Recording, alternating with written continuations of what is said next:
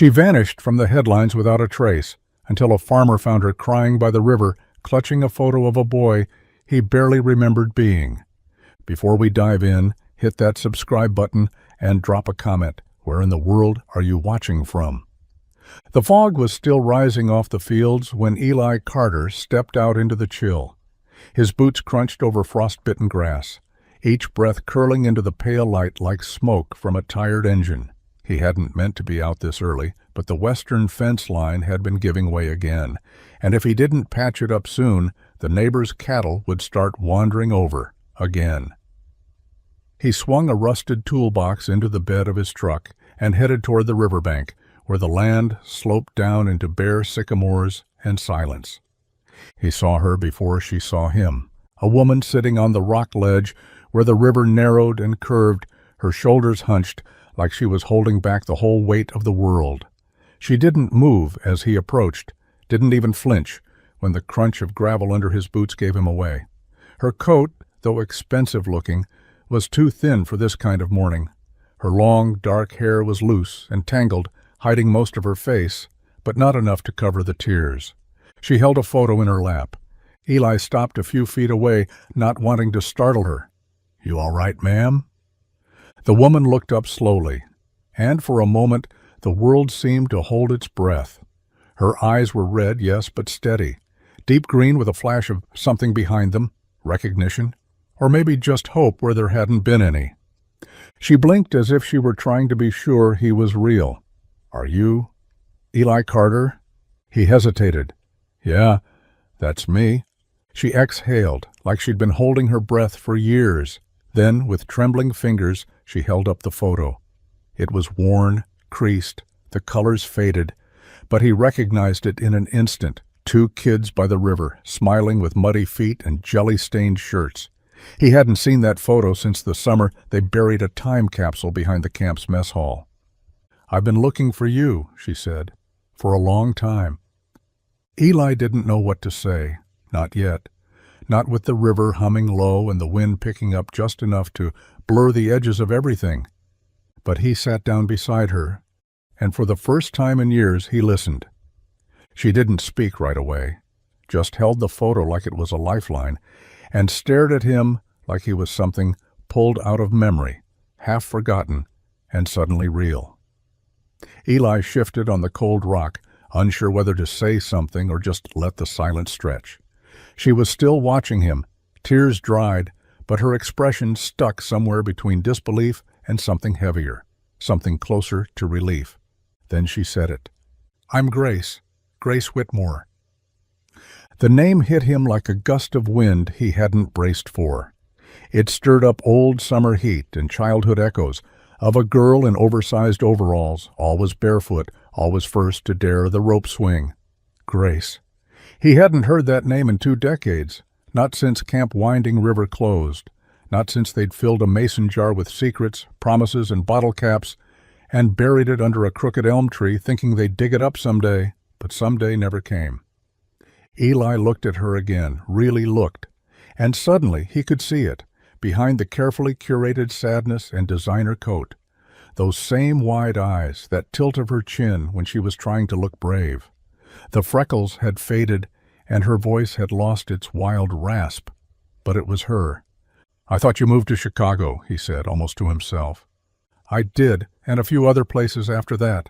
She gave a faint, tired smile. "Turns out running doesn't really fix much."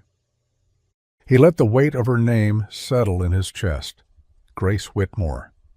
The Whitmore family was once a dynasty. Real estate, tech, philanthropy. Her face had been on magazine covers. Her father was the kind of man who turned phone calls into empires. And yet, here she was, back in the middle of nowhere, sitting on a cold rock by a muddy river, holding on to a childhood memory like it was the last good thing she had. "I didn't think you'd remember me," she admitted. Eli kept his gaze on the river, then back to her. "You're kind of hard to forget." She smiled again, softer this time, and just like that, the past stopped feeling so far away. Grace held the photo between her fingers like it was something fragile, like even the wind could steal it away if she loosened her grip. Eli leaned in, the early sun breaking through the tree line just enough to cast a golden frame around the image. It was smaller than he remembered, curled at the corners. The ink had faded into soft, almost watercolor edges, but the moment it captured was still alive. Two kids, no older than 9 or 10, stood side by side in the shallows of the winding river, both grinning like they'd just discovered buried treasure. They were soaked from the knees down, their boots caked in mud, and each of them held out a hand, clutching a plastic cup full of tadpoles. Grace was the one on the left, her wild hair tied back with a bandana and her missing front tooth on full display, and on the right, with a backwards cap, scabbed knees, and one arm slung proudly around her shoulder, was him, Eli. "I found it in a box my mom kept," Grace said, voice quiet. "She passed a couple years ago, left me a stack of letters and memories I hadn't looked at in forever. This one was at the bottom." He stared at the photo, a strange ache blooming in his chest. That summer had been the last time things felt light. His mother had been healthy then, his dad was still around, and Grace, she'd been fearless, loud, too smart for her age. He remembered how she used to sneak honey packets from the mess hall and dare him to eat cattail roots. She'd always wanted to save something, whether it was a frog, a hurt bird, or Eli himself. "You kept this all this time, Doug?"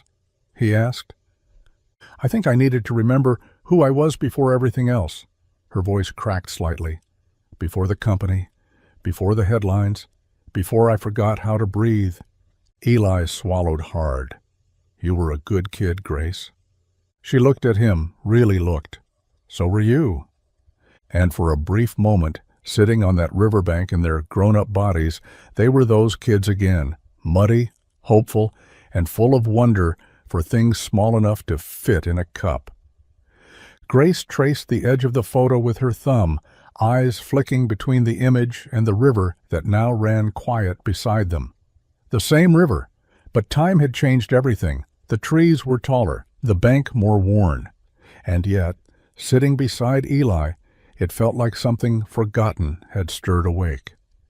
"I don't think I ever said thank you," she murmured. "For what?" Eli asked, glancing over. She didn't answer right away. Instead, she slipped the photo back into her coat pocket and drew her knees up, hugging them like a child trying to stay warm from the inside out.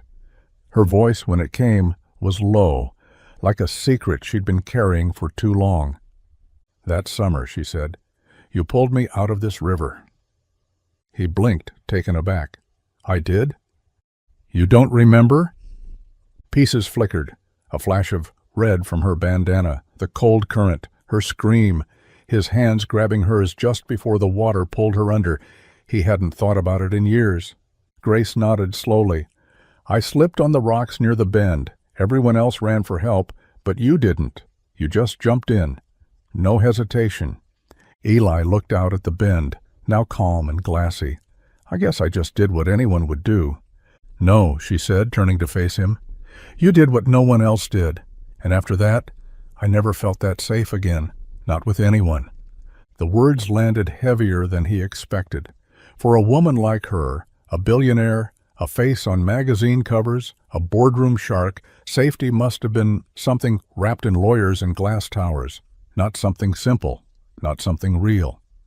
"I thought if I could find you," she continued, voice cracking slightly, "I might be able to find that feeling again, that quiet place, that breath I've been chasing since I left." Eli didn't know what to say, not at first, but he understood that kind of ache, the need to go back, to something before the world hardened around you. "You found the river," he said gently. "That's a start." She smiled at that, small and sad. "Maybe, but I think it's you I was really trying to find." The river flowed steadily beside them, whispering through the reeds as if it too remembered.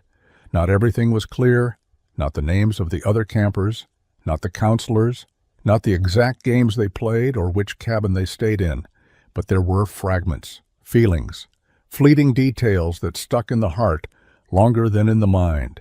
Eli glanced at Grace, who now sat with her coat draped tighter around her shoulders, staring into the water like she was listening for something buried in the current. It was strange, how familiar she felt, and yet how distant the years had made them. He barely knew the woman she'd become, but some part of him remembered the girl she was, the fearless, sunburned whirlwind who climbed trees barefoot and swore she'd become president or a firefighter, or maybe both. They'd been kids.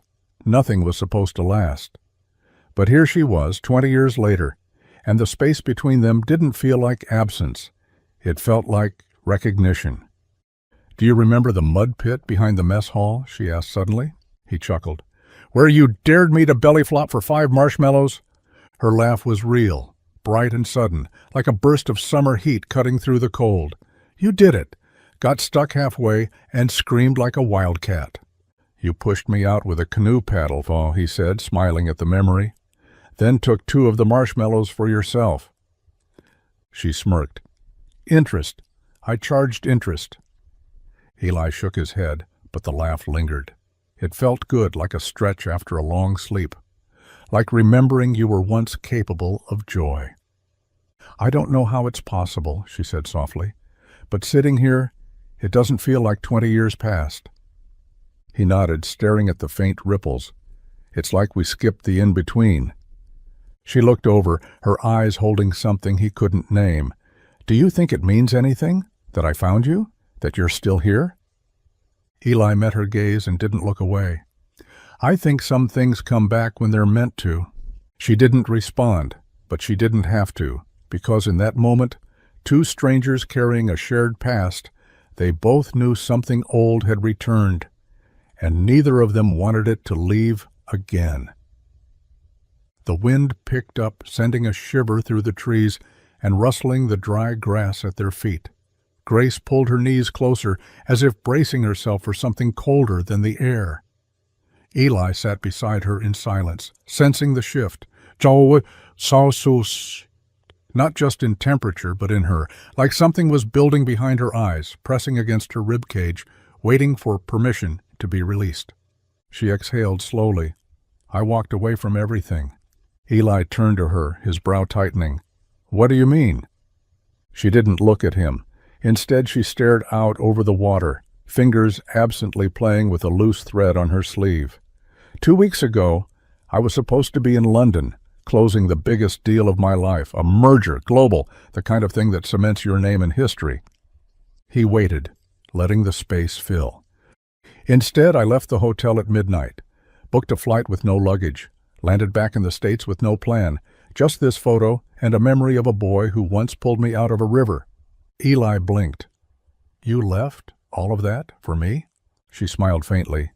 "Not just for you, for the part of me that only existed when I was around you, that summer. It's the last time I remember feeling unafraid." The words hung between them like breath in the cold. She wasn't talking about corporate fear, not deadlines or stock prices.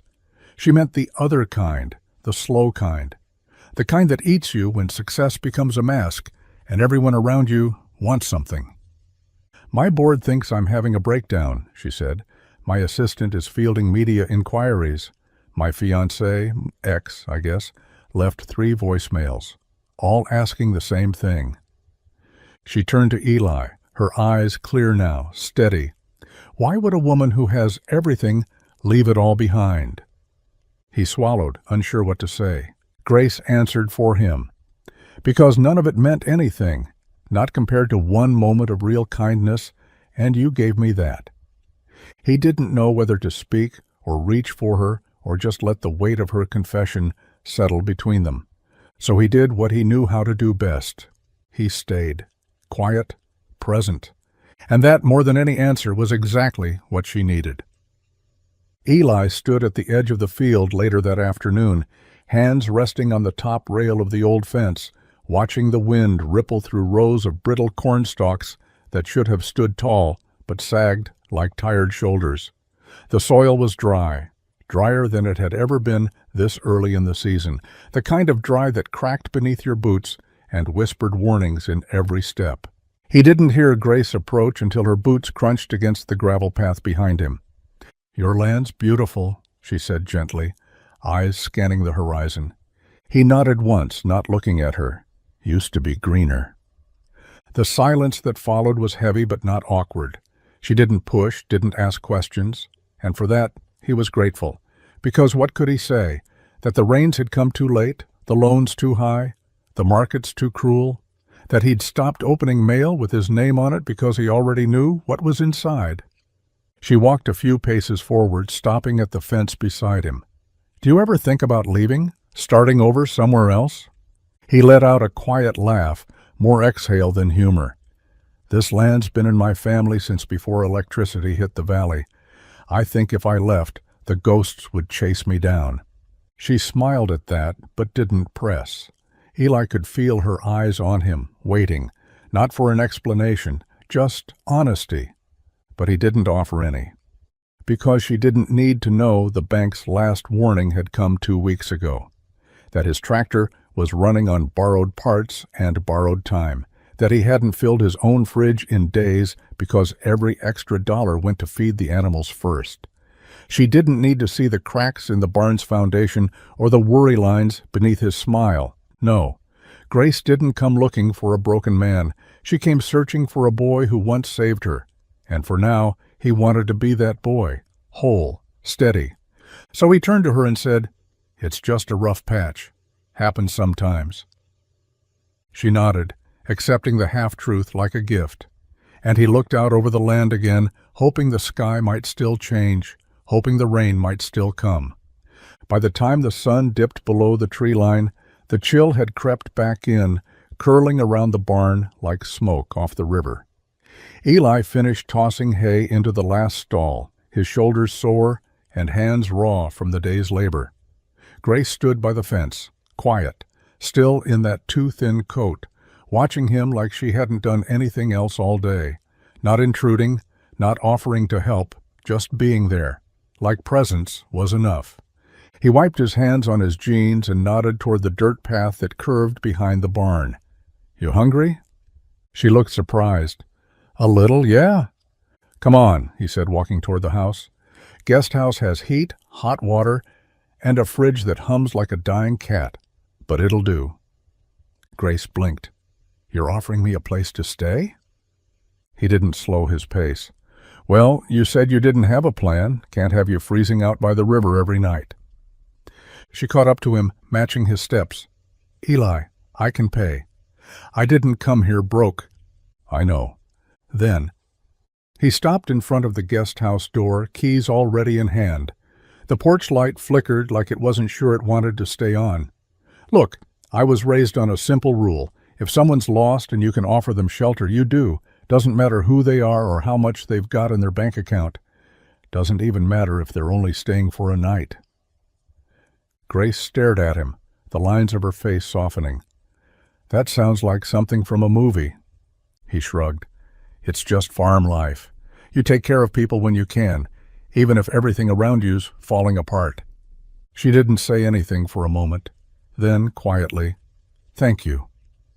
He unlocked the door and pushed it open. The room was small, plain wood floors, mismatched furniture, a worn quilt on the bed, but warm, safe.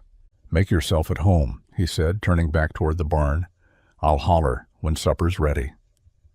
Grace stepped inside, the door clicking shut behind her, and for the first time in a long time she felt what she'd been searching for all along. Not comfort, not escape, kindness.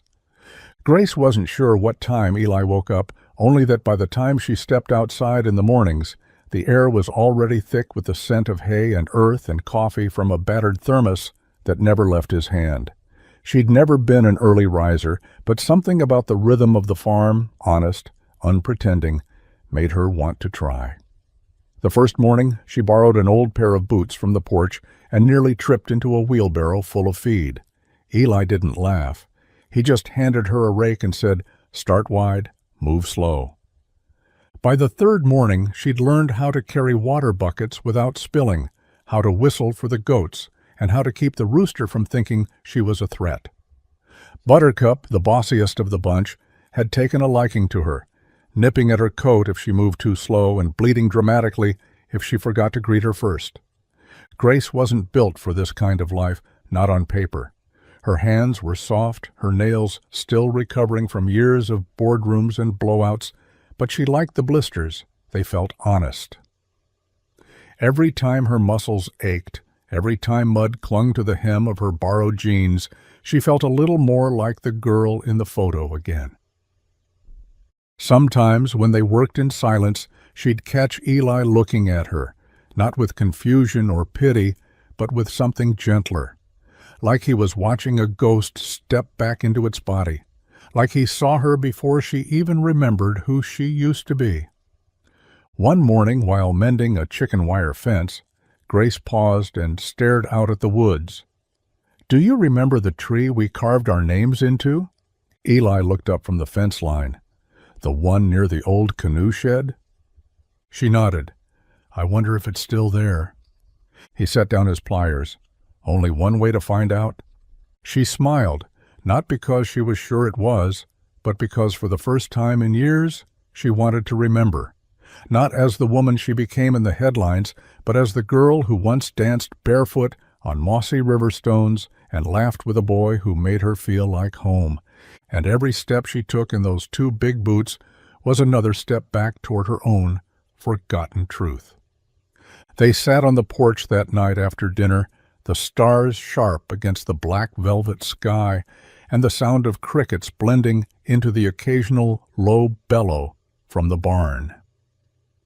Eli had made chili, simple, hearty, the kind that warmed your bones more than your stomach. Grace ate in silence, her bowl empty long before she spoke. "I used to think I was brave," she said quietly, knees pulled to her chest. "But looking back, I've spent most of my life running." Eli didn't say anything, just sipped from his mug and waited. Grace leaned her head back against the wooden beam behind her. "My father built an empire on charm and ruthless deals. He smiled for the cameras and gutted rivals behind closed doors. And I became the perfect daughter, Ivy League, fluent in 3 languages, the youngest exec in the company's history, but every choice I made had his fingerprints on it." Her voice didn't tremble, but it had weight, like every syllable was carved out of stone. "People see me now and think I'm powerful.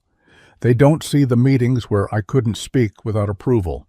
The fake engagement to a man I didn't love because our families needed a merger, not a marriage. The charity galas, the magazine covers, all theater. A legacy built on performance." Eli glanced at her, his eyes steady, unreadable. "So what changed?" She took a deep breath, the night air catching in her lungs. "A little boy drowned last year in one of our developments. We covered it up. Legally, everything was airtight, but I sat across from his mother during a settlement meeting and she looked at me like I was nothing. And for the first time, I believed her." The silence that followed was heavier than any words. "I left the office that night," she continued, "and didn't go back. Sold my stock, cut ties, ran." Eli leaned forward, elbows on his knees. "And ended up here." She nodded. "I didn't know what I was looking for. I just knew I wanted something real, something kind, something like—" Her voice trailed off. Eli didn't fill the silence. He just offered it, unjudging, unafraid.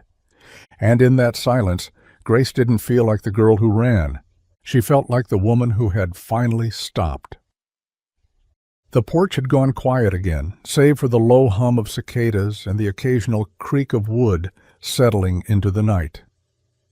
Grace hugged her knees a little tighter, eyes tracing constellations she hadn't tried to name in years. Eli sat beside her, one boot resting on the step below, fingers gently drumming on his coffee mug. She turned to him after a long silence. "You never left this place, did you?" He shook his head slowly. "Didn't have much of a choice."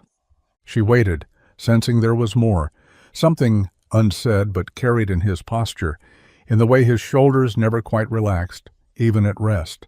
"My mom got sick the summer after you left camp," he said, eyes still on the darkness ahead. "Lung cancer. She didn't smoke, didn't drink, just got unlucky." Grace didn't interrupt. She knew the sound of a story rising up from somewhere long buried. "Dad didn't stick around long after her diagnosis," he added, his voice quiet. "Said he couldn't watch her fade. I guess he figured we were better off without him." Her breath caught. "So it was just you?" "Me and her," he nodded. "I was 14, took over the chores, learned to patch fences, figured out how to keep the animals fed without messing it up too bad. Learned fast, or we wouldn't have made it." Grace looked at him like she was seeing him again for the first time. Not the man who ran a quiet, stubborn farm, but the boy who never got the chance to run. The one who stayed because someone had to. Because love meant doing the hard things when no one else would. "She passed 3 years later," he said. "By then I knew this land better than I knew myself. I stayed because it felt like, if I left, everything she worked for would just disappear." Grace reached over, her fingers brushing his. He didn't move, just sat there, solid and still, the way he always had been. "You were always brave," she whispered. He looked at her, eyes softer than she expected. "I wasn't brave, Grace. I just didn't run." And in that moment the girl who ran and the boy who stayed understood each other completely. The storm rolled in fast. One minute the evening sky was bruised with distant clouds, the next it cracked open with a roar that shook the windows.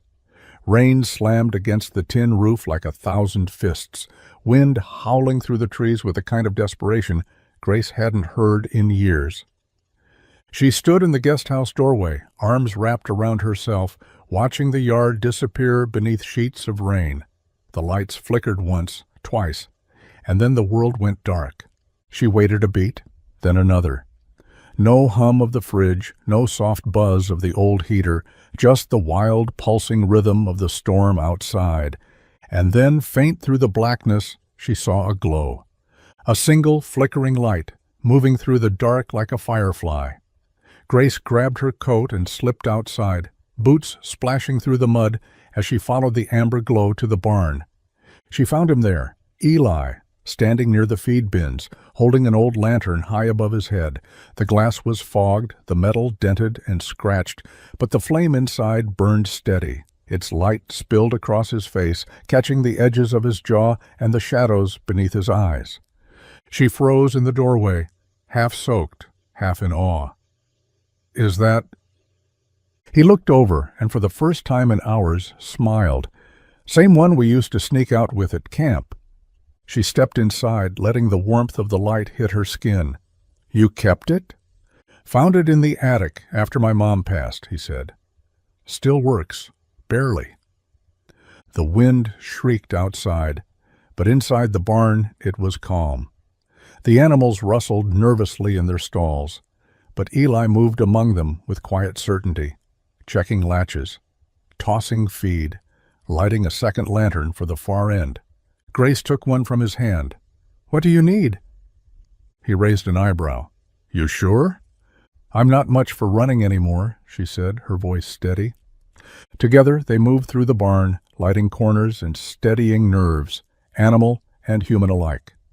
The storm raged on, but within those walls, by the soft glow of a childhood lantern, they found something neither of them had felt in years: safety and each other. The barn had gone quiet, not silent, never truly silent on a farm, but settled. The wind had calmed, the thunder moved on, and the rain now tapped gently against the roof like it was tired from all its fury. The animals had quieted, their nervous pacing replaced by soft breathing and the occasional content shuffle. Grace stood near the far stall, arms wrapped tight around herself, her coat clinging to her skin. Her hair was wet, sticking to her face in messy strands. Eli had just finished securing the last gate when he turned and saw her like that, drenched, exhausted, but still standing there like she didn't want to leave, like the storm wasn't over for her yet. She looked up at him, blinking slowly. "I haven't felt this human in a long time." He took a step toward her, not speaking. He didn't know what to say to that. Maybe there was nothing to say. And then she was moving. She crossed the barn floor without hesitation, boots squishing through the wet hay, and wrapped her arms around him. Not tentative, not polite, just real, like gravity, like memory. For a second he didn't move. He hadn't been held like that in years. Not since before his mother passed. Not since his world had become measured in chores and invoices and silence. He was a man who fixed broken fences and held the line when no one else could, but now someone was holding him, and that broke something open. His arms came around her slowly, one hand resting between her shoulder blades, the other against her damp hair. She was cold, trembling, but she didn't let go. Neither did he. They stood like that for a long time, the storm easing around them, the lantern flickering nearby. There was no rush, no urgency, just warmth in the midst of cold, and a kind of closeness that had nothing to prove. When she finally pulled back, she didn't say anything, just looked up at him, rain still clinging to her lashes. And in that look, Eli felt something he hadn't dared feel in years. Alive, seen, worth staying for. The next morning broke slower than usual, with heavy clouds lingering low over the fields and a strange stillness in the air.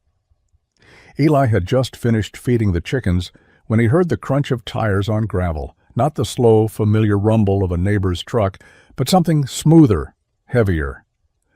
Out of place. He stepped onto the porch just as the black car came to a stop at the edge of the driveway. Sleek, polished.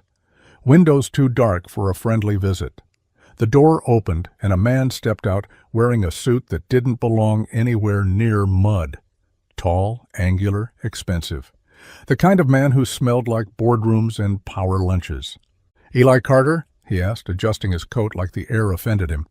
Eli didn't answer right away, just crossed his arms and waited. The man glanced toward the guest house. "She's here, isn't she?" Eli didn't blink. "Who's asking?" The man smiled, but it didn't reach his eyes. "Nathan Carrington. Grace and I were engaged until she decided to vanish into the woods and relive her summer camp fantasies." Eli's jaw tightened. "You drove all this way just to insult her?" Nathan chuckled. "No, I came to make you an offer."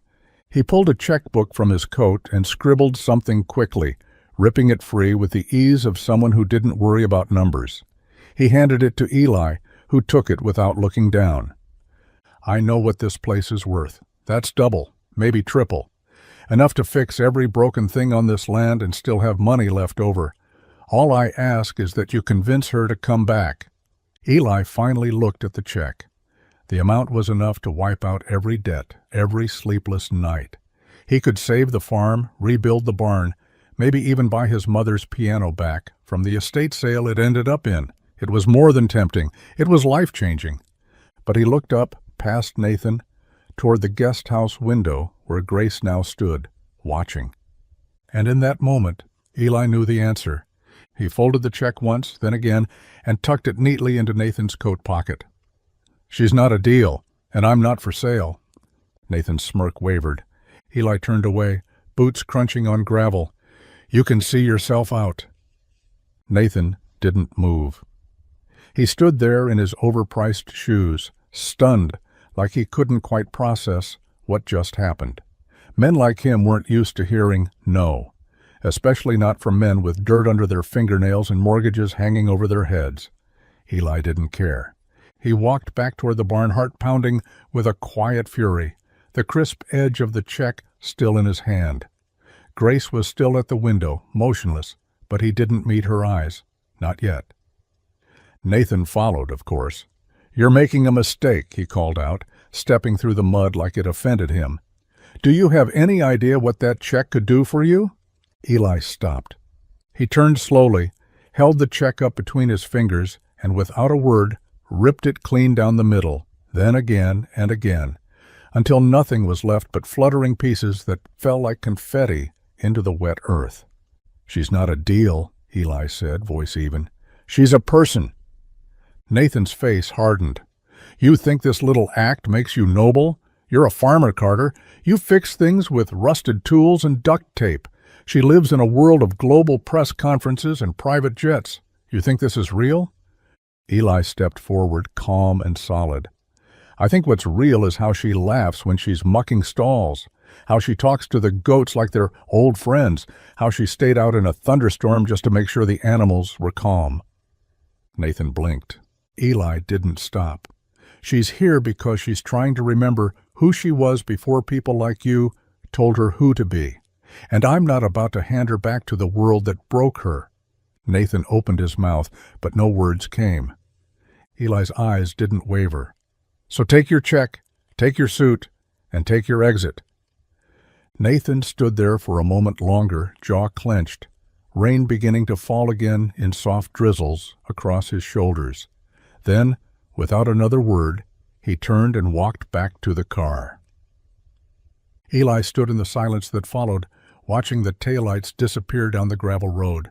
Behind him, the guest house door creaked open, but he didn't turn, not yet. He just stood there, letting the pieces of the check melt into the mud, where they belonged. The rain had passed by evening, leaving behind a damp hush that settled over the fields like a breath held too long. The air smelled of cedar and earth and something sweet Grace couldn't quite place. Maybe nostalgia. She'd spent the afternoon cleaning out the loft above the barn, tossing aside old feed bags and shooing away a stubborn raccoon. But what she hadn't expected to find, tucked behind a tarp and a dusty box of Christmas lights, was the old radio. It was dented, faded, the tuning knob missing, but it still worked. Sort of. When she twisted the broken dial with the edge of a key, it crackled to life, spitting static, before finally landing on a station that played soft old country songs. The kind her mother used to hum in the kitchen, the kind she hadn't listened to since before her name meant anything to the outside world. She strung the lights across the rafters, balancing on a rickety ladder and half laughing at the absurdity of it. But by the time the sun dipped below the hills, the loft glowed with a soft amber hue, like magic spun from nothing. She found Eli in the barn below, sweeping sawdust into neat little piles. "Come upstairs," she called, leaning over the edge. "You've got to see this." He looked up, wary. "Why do I feel like I'm walking into a trap?" She smiled. "Because you are, but a good one." When he reached the top of the ladder, he paused. The lights, the radio, the faint music curling through the air like a memory. He raised an eyebrow. "You did all this?" She nodded. "Figured this barn could use a little charm." He looked around again, then back at her. "It's definitely something." Grace stepped forward, holding out her hand. "Dance with me." He hesitated, then took it. At first they stumbled. Eli's hands were too unsure, Grace's rhythm too polished. But then something shifted. His hand settled on her waist like it belonged there. She leaned into his chest like she'd been there before. They moved slowly, boots brushing hay, laughter folding into something quieter, closer, more real. And as the radio played on, just a little off-key, they danced in a barn full of ghosts and twinkling lights, like they were the only two people in the world. And maybe, just maybe, they were. The next morning was gentle, the kind that made you move slow without guilt. Fog hung low over the fields, and the dew clung thick to the grass as the sun stretched itself awake. Eli didn't say much over breakfast, just handed Grace a thermos of coffee and pointed toward the eastern ridge with a nod. She followed him without question. They walked through the orchard and across the back pasture where the trees grew denser and the world felt quieter. The trail narrowed into a footpath lined with moss and memory. Finally, they reached a small clearing, and there it stood, weathered, crooked, and still standing. A treehouse. It was perched in the crook of two thick oaks, the wood faded to gray, the rope ladder worn but strong. Grace tilted her head, caught somewhere between surprise and something deeper. "You built this?" she asked. Eli nodded. "Took me 2 summers and more splinters than I'll admit." She looked up at it, then back at him. "For who?" He hesitated. "Emily, my little sister." The name dropped gently, but the weight behind it hung in the air. "She passed when she was 10, Eli continued, voice steady but distant. "Car accident. I was 16. She used to say she wanted a place where no one could tell her to be quiet. So I built her this.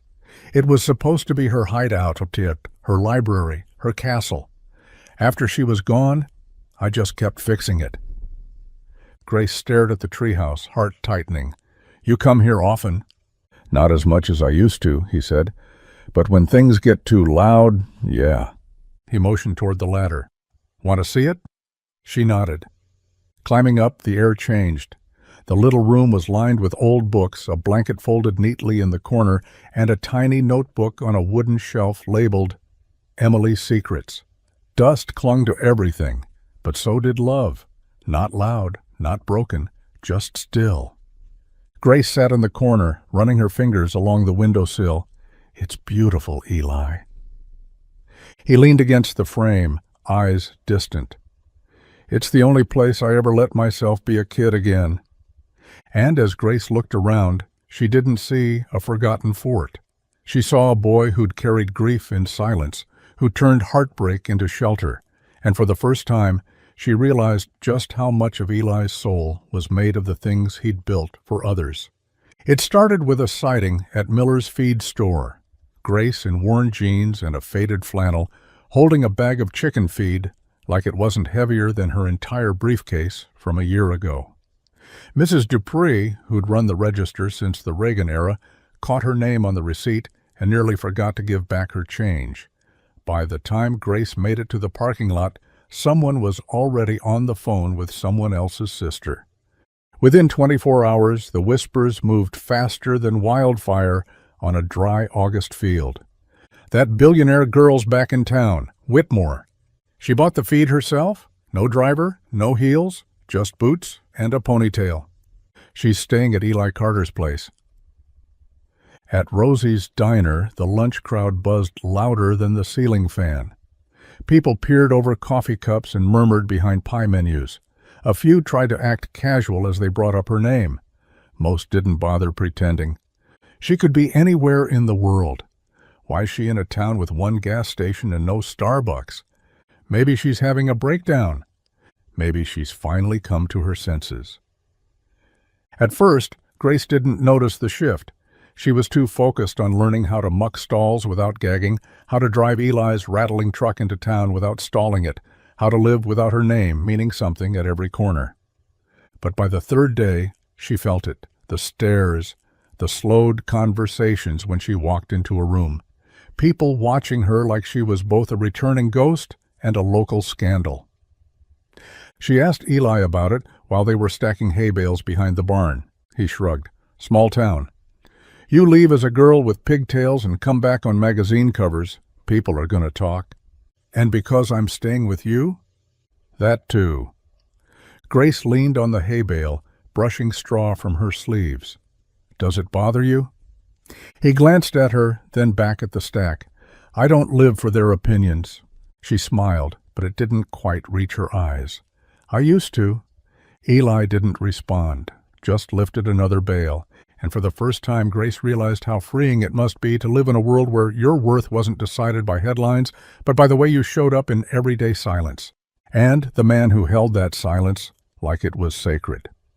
The Maplewood Harvest Festival hadn't changed in decades. Same hand-painted signs, same hay bales lining the town square, same fiddler trio, playing under the gazebo like they were born with bows in their hands. Kids darted between booths with sticky fingers and caramel-stained cheeks, and the smell of cinnamon, wood smoke, and fried dough wrapped around everything like a familiar quilt. Eli hadn't planned on going. He never did. But that morning Grace had knocked on the barn door, holding 2 mugs of cider and a crooked smile.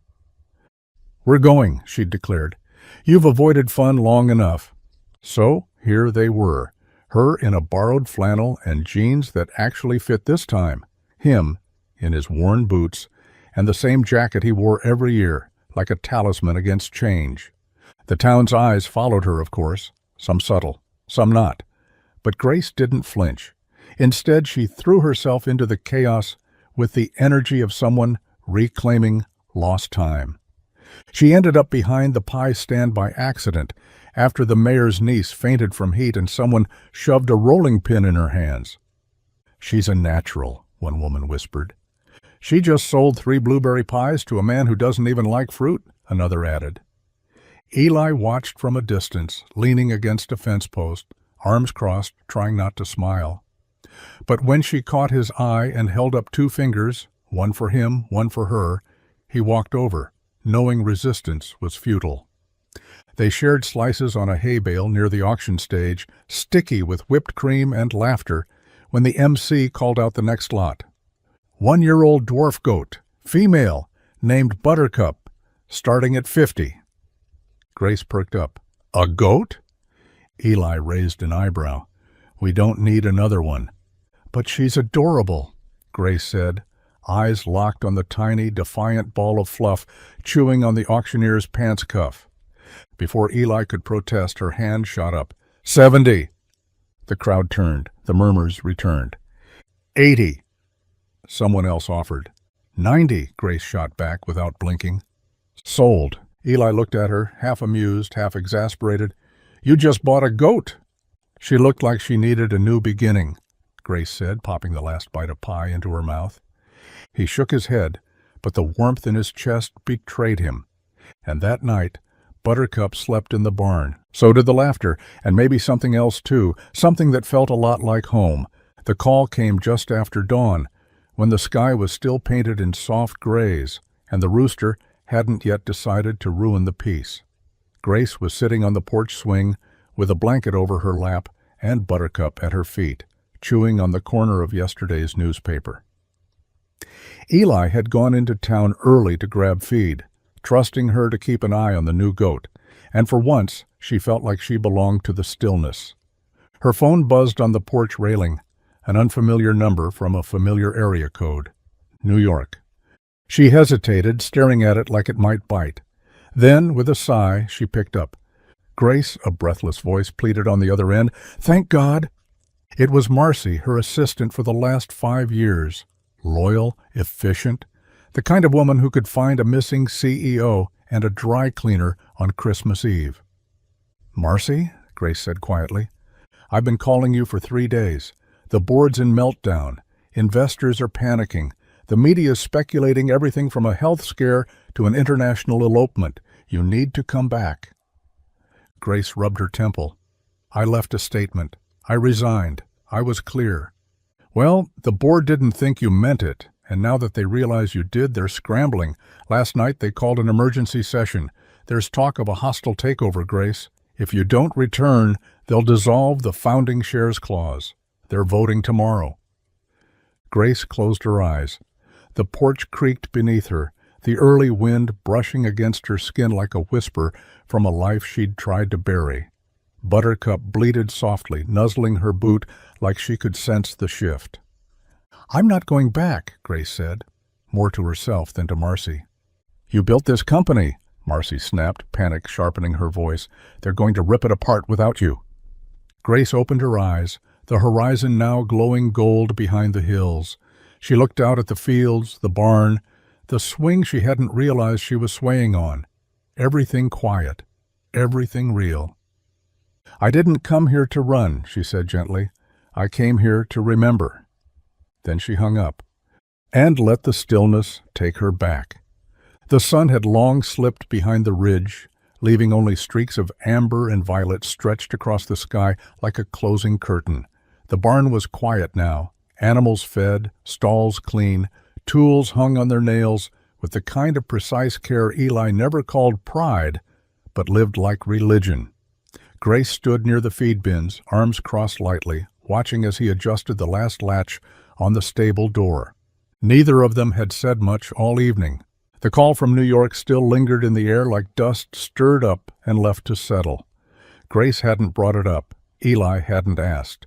But the silence between them wasn't heavy. It was waiting. Outside, the wind rustled the fields. Inside, everything was still but their breathing. She took a slow step forward. You always work this late?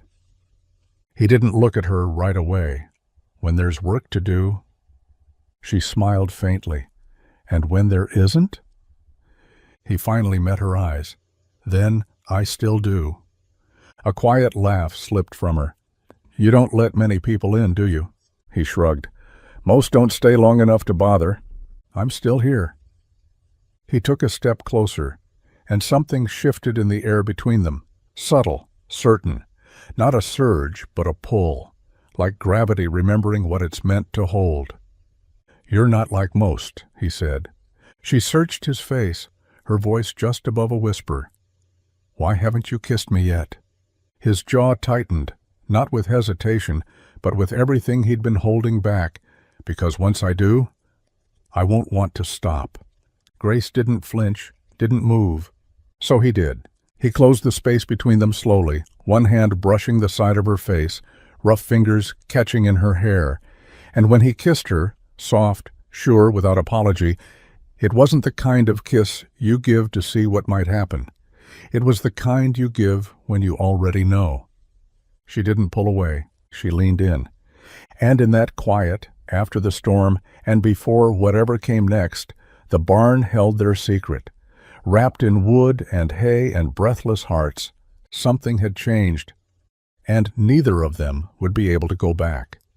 The sky hadn't even turned gray when Grace stood in the doorway of the guest house, backpack slung over one shoulder, boots laced tight. The farm was still sleeping, no roosters, no creaking wind, no voices. Just the soft, hollow stillness of a morning too early to name. She had written the note twice.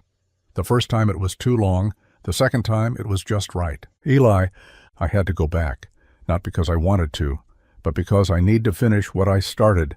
You gave me the strength to remember who I am. I'll come back, if I still belong here. Thank you for the river, for the quiet, for not asking me to stay.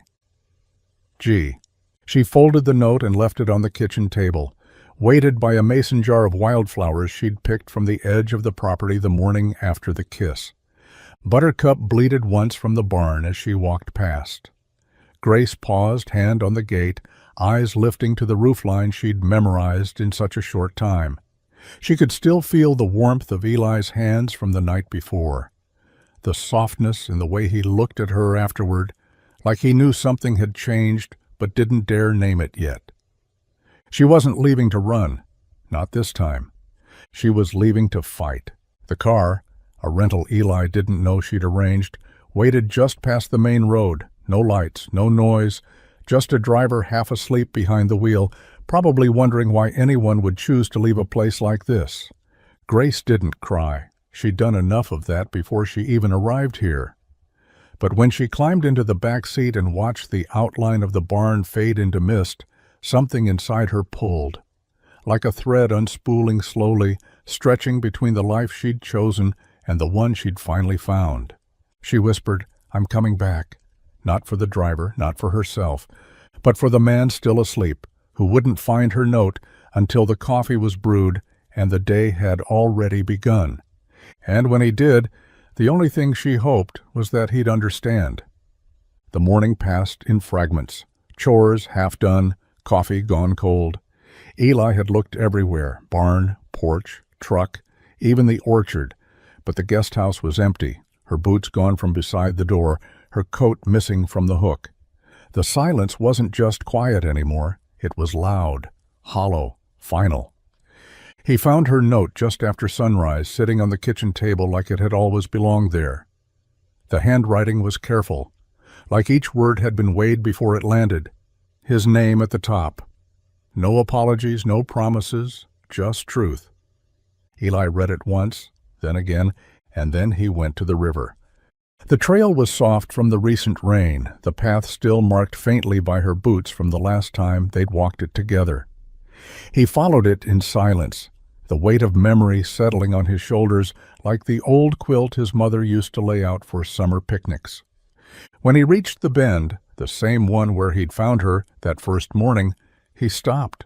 The spot was empty, but not untouched. On the flat rock where she had once sat, there was something new. A single photograph, creased, worn, and familiar. The picture from camp. 2 kids in muddy boots, holding cups of tadpoles, wide-eyed and unguarded. His arm around her shoulders, her smile like it didn't know how to fade. Beneath it, a folded piece of paper tucked under a smooth river stone. He opened it slowly, the paper damp at the corners, her handwriting the same careful lines as before. "Don't let go of who you are." That was all. He stood there a long time, holding the photo in one hand, the note in the other, the breeze teasing the edge of both. The river moved past him, quiet and steady, like it always had, but something in him shifted. She hadn't left to disappear. She'd left to remember, and she wanted him to do the same. He folded the photo and the note together and slipped them into the chest pocket of his shirt, right over his heart. Then he sat on the rock, facing the water, and didn't speak. Because some goodbyes don't need words, and some love stories don't end when someone leaves. The harvest came late that year, dragging its heels through the dust like it, too, was reluctant to let go. The fields didn't wait, though. Corn browned, hay needed cutting. Apples clung stubbornly to the trees, ripening under skies that now felt just a little too wide, a little too quiet. Eli worked from sunup to sundown alone, not because he wanted to be, but because she wasn't there. Grace had left before the first frost, but her presence hadn't. He heard her laughter in the barn rafters, where the string lights still hung in soft loops. He saw her in the boot prints that had long since faded from the trail to the river. And when the wind caught just right, he swore he could still smell that vanilla soap she kept by the guest house sink. He didn't talk about her, not to the neighbors, not to the mailman who'd started asking questions, not even to Buttercup, who now followed him around the farm like a four-legged shadow. But he felt her, in the way the porch swing rocked on windless afternoons, in the quiet between chores, where her voice used to fill the air with questions that didn't always need answers, in the silence after the kiss that still lived just under his skin. He finished the harvest by hand, like always, stacked the hay, picked the last apples himself, hauled the corn to Miller's with the same care he used when she rode beside him, laughing at how much the truck rattled. Some days he'd catch himself looking over his shoulder, half expecting to see her, hair tied back, boots too clean, sleeves rolled up with that grin that always meant trouble. But there was only wind and sun and the steady rhythm of his work. He told himself it was enough, that the land still needed him, that the animals still depended on him, that maybe if he just kept moving, the ache would settle into something manageable. But every morning, when the light touched the river first and the barn door creaked open to a world missing something unnamed, Eli knew the truth. He wasn't just harvesting crops. He was carrying a season without her. It started with a blurry photo. Someone at the harvest festival had snapped it. Grace, laughing behind the pie stand, apron smeared with cherry filling, her hair pulled into a messy braid, a goat nipping at her elbow. They hadn't even realized who she was until weeks later, when the pieces clicked. And then, like fire through dry fields, the story spread. A reporter from a mid-tier lifestyle magazine picked up the lead, a puff piece at first. Billionaire heiress spotted at rural festival, new life, new love. No one expected it to stick, but then came the follow-up, deeper, sharper, investigative. Grace Whitmore vanishes from boardroom, found working on struggling farm. They dug, compared timelines, cross-referenced grainy social posts and small-town whispers. A grocery clerk mentioned seeing her buy canned beans and dog food. A school teacher claimed she'd asked about volunteer tutoring. Then someone found the land deed and linked it to Eli Carter, a man who didn't own a suit, whose farm had been one late payment from foreclosure. And suddenly, the world had a narrative it couldn't resist. The article went live at midnight. By sunrise, it was everywhere. Grace's name trended again for the first time since her resignation, but this time it wasn't about mergers or scandals. It was about love, or at least the media's version of it. Heiress escapes corporate cage, finds solace in arms of humble farmer, from skyscrapers to silos, the woman who gave it all up, runaway CEO or modern-day Cinderella. Eli found out when his phone wouldn't stop buzzing. His mailbox overflowed with interview requests, talk show invites, even a book agent. Reporters showed up at the edge of his property, cameras ready, trying to catch the man who had somehow become America's favorite fairy tale farmer. But Eli didn't speak, not to any of them. He kept working, kept feeding the animals, kept sitting on the porch every night when the sky turned orange, holding a cup of coffee and staring toward the horizon. Because the world wanted a headline, but he just wanted her back.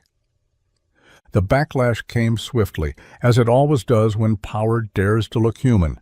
At first, the headlines were romantic, glossy, soft around the edges. The world loved the image of a billionaire in boots, a mysterious farmer, a life traded for simplicity. But admiration has a short shelf life, especially when money is involved.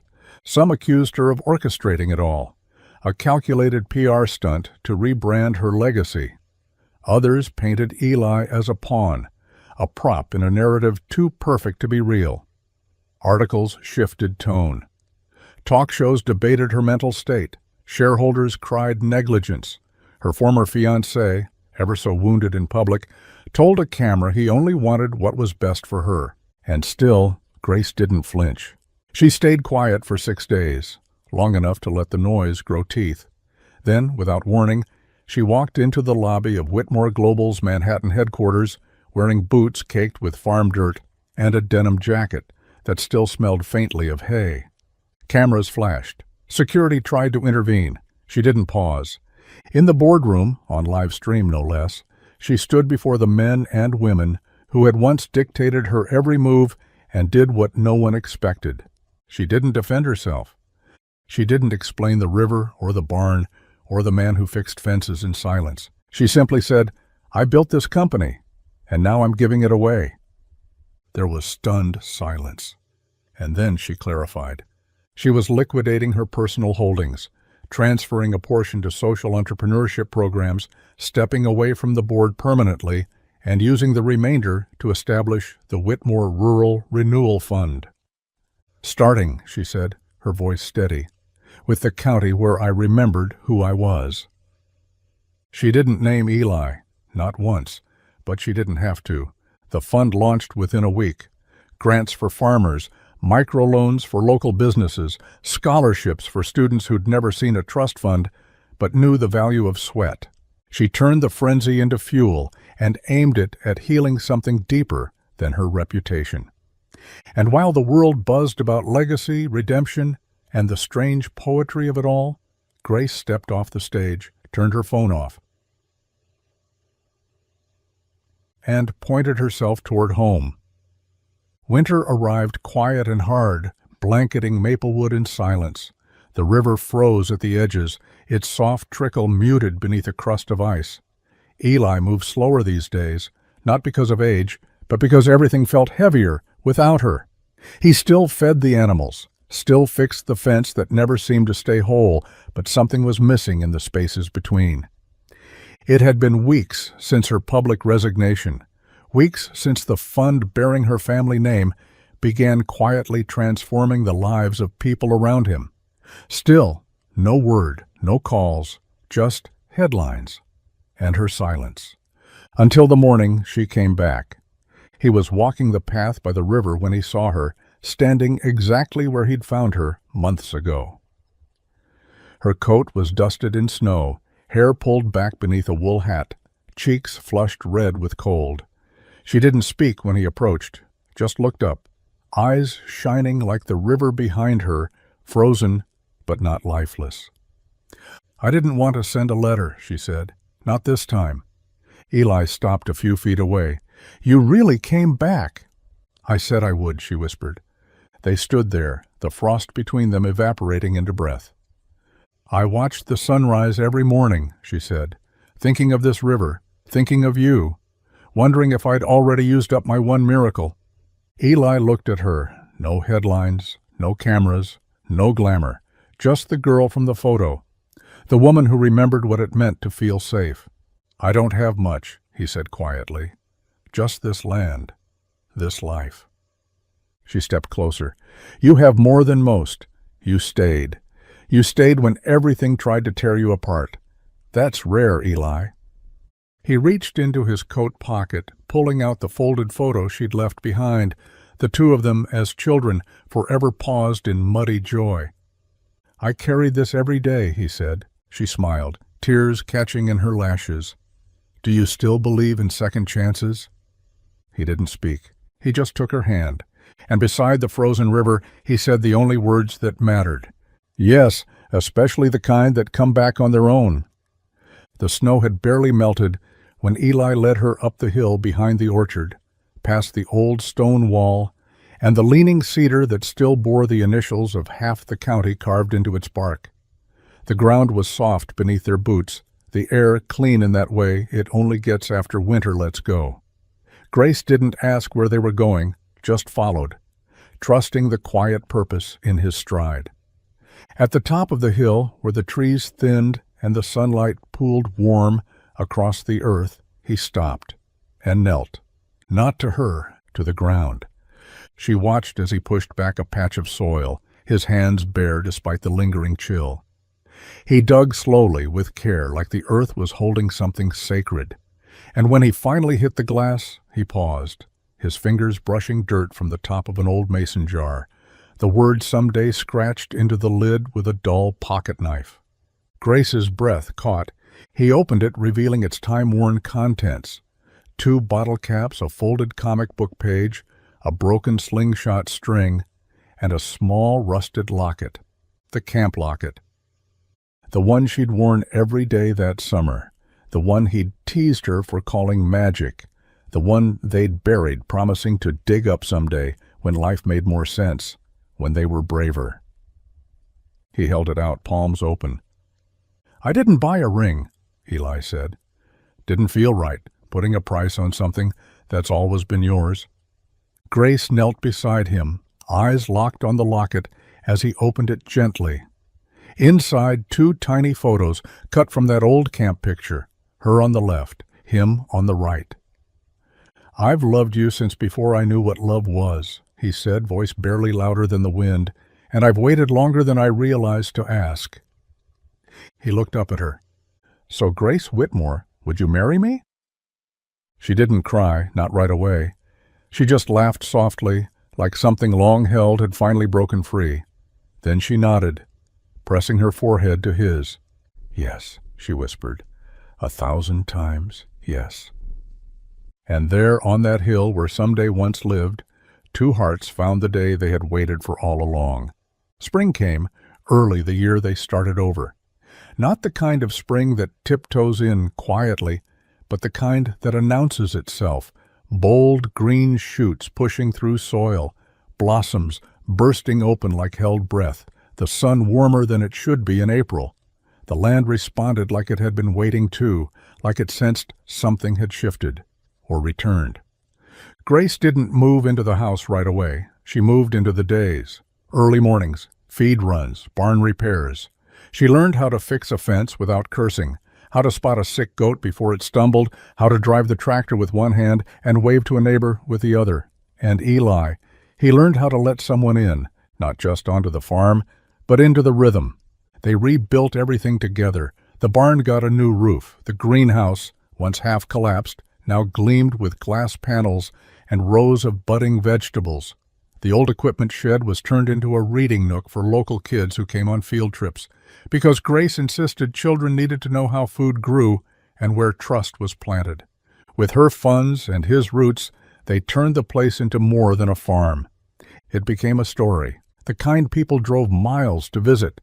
And every visitor, whether they came for the goats or the apple pie or just to meet the woman who once walked away from an empire, left with a small mason jar in hand. Inside each jar, a handful of heirloom seeds, no label, just a tag tied with twine, marked with one word in Eli's careful script, someday. Grace said it was for the dreamers, for the kids who didn't know yet what they wanted, only that it would be real, for the grown-ups who forgot they could begin again, for the ones who needed something small to hold on to while they figured everything else out. And when she walked the fields now, boots muddy, hands strong, laughter loud, people no longer whispered her name like it was too big for the valley. Because this wasn't the place she ran to. This was the place that grew her back. It happened just after sunrise, the sky still pink with sleep, and the barn still quiet except for the soft shuffle of hooves and straw. Grace had been the first to notice. Buttercup wasn't her usual bossy self. Instead of chasing chickens or nibbling on Eli's pant leg, she'd tucked herself into the farthest stall, breathing slow, eyes half closed, like she was listening to something only she could hear. Grace called Eli in a whisper that still somehow carried urgency. By the time they reached her, Buttercup was lying in a bed of fresh hay, belly heaving, tiny cries already breaking through the air. Eli moved fast, steady hands, calm voice, while Grace crouched beside him, biting her lip and holding her breath like a nervous ant in a waiting room. And then, just like that, they arrived. Two tiny perfect kids, damp and trembling, all legs and squeaks in miracle. Grace laughed, a sound that filled the barn like music. "We've got twins." Eli smiled as he gently dried them off, one in each hand. Looks like Buttercup was hiding more than attitude. They watched as the babies wobbled to their feet, leaning into their mother, their bleats still unsure. Grace reached out to the smaller one, white with a little black patch over one eye. "This one, she's got fight in her." Eli nodded, brushing straw from her shoulder. "What are you thinking for names?" Grace tilted her head, thoughtful. "Well, you once told me patience was something worth learning." "Still is," he said. "Then we'll call this little rebel Patience." Eli turned to the other, slightly bigger, calm, resting against Buttercup like she already understood the world. "And her?" Grace smiled, quiet and full. "Grace Jr., maybe she'll live a life with a little less running." Eli reached for her hand, squeezing it gently. "Or maybe she'll run toward the right things from the start." They stayed there a long time, just watching. No headlines, no noise, just new life, straw, and warmth shared between them. And outside, the world began again, just a little softer, just a little fuller. Because even the smallest lives carry the biggest reminders. Some beginnings are born in barns, and some love stories have 4 hooves and a name that echoes. The classroom smelled like dry erase markers and glue sticks, and the buzz of restless energy hummed beneath the surface like a current. Grace stood at the front, boots scuffed from the morning's chores, her sleeves rolled up and her voice soft, steady. The teacher had introduced her formally. Grace Whitmore, former CEO, philanthropist, founder of the Whitmore Rural Renewal Fund. But the kids didn't care about titles. They cared about the story. And Grace knew how to tell it. She started not with success, but with the river. "When I was a little girl," she said, "I fell into the winding river. I thought I could cross it like the older kids. I was wrong." Eyes widened. Small hands gripped desk edges. "I remember the cold, the panic, but mostly I remember a boy." She paused, letting the weight of it settle. "He was just a kid like me, muddy, scrappy, quiet. But when everyone else froze, he moved. He jumped in, pulled me out. He didn't wait to be asked." She held up the photo, creased, worn, the same one that lived in her chest pocket and her soul. "That's him. That's Eli." Some of the kids smiled. One girl whispered, "He looks nice." Grace laughed softly. "He was. He still is." Then her voice lowered, tender and true. "I went on to do all the things adults say matter. College, company, wealth. But years later, when my life felt like it was sinking again, I remembered him, not the headlines, not the boardroom, just the boy who didn't hesitate to be kind." She glanced toward the window where the sun filtered through, warm, gentle, like memory. "He saved me twice, once from drowning, and once when I didn't even know I needed saving." A little boy in the front raised his hand. "Did you marry him?" She smiled, proud and quiet. "I did." There were giggles, a few claps, and before she left she handed each child a tiny jar filled with heirloom seeds. Tied around each one was a tag with a single word, "Someday." And the story of the boy who stayed found a new generation ready to believe in the quiet power of kindness. Because some stories don't end. They just get replanted. The river hadn't changed much, not really. The rocks still jutted out along the bend, the sycamore roots still tangled like sleeping snakes at the edge of the trail, and the water still whispered the same slow secrets it always had. But now there was a wooden sign at the start of the path, the Someday Trail, in honor of kindness that stays. Grace walked it slowly, hand in hand with her daughter, a wide-eyed little girl in denim overalls and a braid trailing down her back. She was 7 now, curious, stubborn, always asking why the sun rises and how goats have babies. And Grace answered every question with the kind of patience she never had before this life. They reached the bend just as the wind picked up, rustling the trees in soft applause. The same rock was still there, the one where Grace had once sat, crying with a photo in her lap, and hope clinging to the edges of a long-lost memory. She stepped onto it now, pulling her daughter gently to her side. "Right here," she said, her voice softer than the wind. "This is where I found forever." The little girl tilted her head. "What do you mean?" Grace knelt, brushing the girl's hair behind her ear. "I came here when I didn't know who I was anymore. I'd lost everything I thought mattered. But then I found someone who saw the best in me when I couldn't see it myself." Her daughter looked up. "Daddy?" Grace smiled, tears glinting but never falling. "Yes, Daddy." She turned her gaze back to the water, the current slow, steady, timeless. "He saved me without asking for anything in return. He didn't fix me. He reminded me I didn't need to be fixed. Just loved. Just seen." The little girl reached for a pebble and tossed it into the river, watching the ripples widen. "I think the river remembers." "I think so too," Grace whispered. They stood there in the hush, side by side, one hand holding legacy, the other holding future. And for the first time in a long time, Grace didn't just feel grateful. She felt home.